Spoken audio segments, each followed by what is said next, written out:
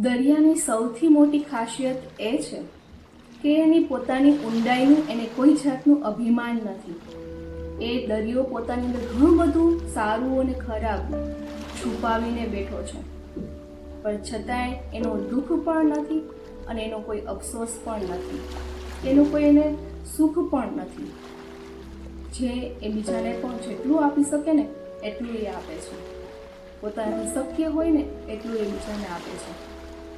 એ જ રીતે જીવનમાં પણ તમને જેટલી સફળતા મળી હોય, જે પોસ્ટ અને પદવી મળી હોય, એનું ક્યારેય અભિમાન ના કરવું, એનો ઈગો ન રાખવો, એનો અહમ ન રાખવો.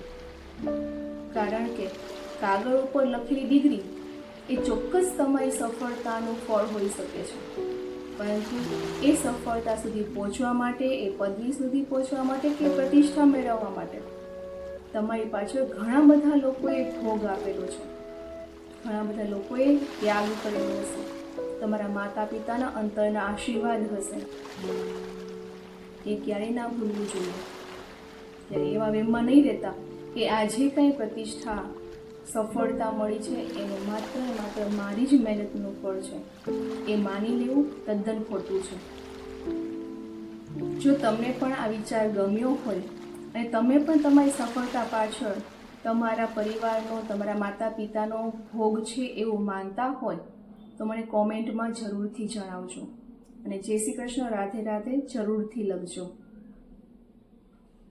જય શ્રી કૃષ્ણ, રાધે રાધે.